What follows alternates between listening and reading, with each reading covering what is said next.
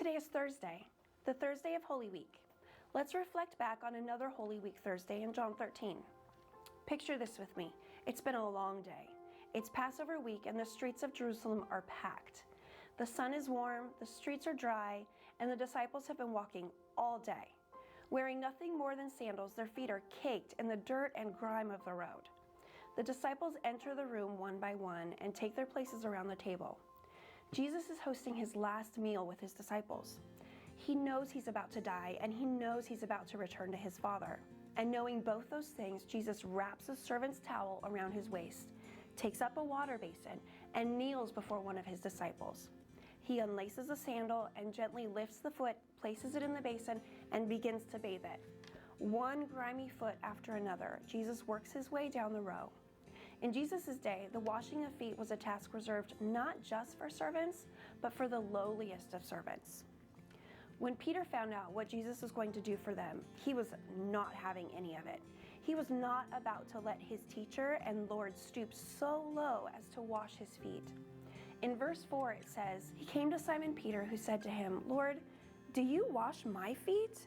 Jesus answered him, 'What I am doing you do not understand now, but afterward you will understand.' Peter said to him, 'You shall never wash my feet.' Peter didn't think that he could possibly receive what Jesus was about to do. I don't know about you, but for me, it can be hard to let others serve me, especially my Messiah. How would you have reacted?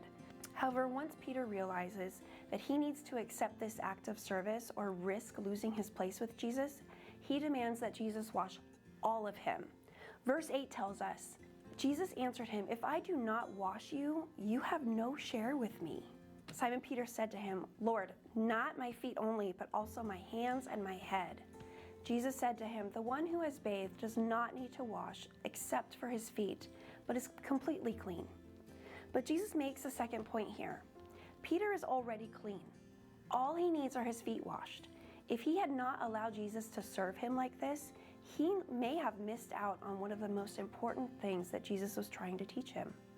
Once Jesus saves him and makes him pure before God, he cannot lose that, because nothing is more powerful than the stain-washing power of Jesus' blood. Well, this act of service was not only shocking, it was also what made us such a powerful model. If Jesus is willing to humble himself so low for others, how could his followers possibly be above doing the same? He tells us in verse 14, "If I then, your Lord and teacher, have washed your feet, you also ought to wash one another's feet. For I have given you an example, and that you also should do just as I have done to you." You see, we're promised that when we love others as Christ has loved us, the world will know that we are Jesus' disciples. Jesus' foot washing is not just an example for us to follow, but a guarantee that a Christian's humiliation is never wasted. Jesus tells us that we are to follow his example and wash one another's feet. But should we literally wash one another's feet with water? No. Jesus isn't saying, now go out and wash everyone's feet. What he's saying is now go love people by putting them above yourselves. Following this example today could look like cleaning up after someone who is sick, baking bread for someone, or doing shopping or errands for an aging parent maybe. It looks like honoring others by the way we serve them. He also gave us the example of accepting service. I encourage you to spend some time in John 13 today and learn what true servanthood looks like. Will you kneel before others and wash their feet? Will you allow others to kneel before you and yet let your feet be washed? I challenge you to find ways to wash feet this week. Go be a servant.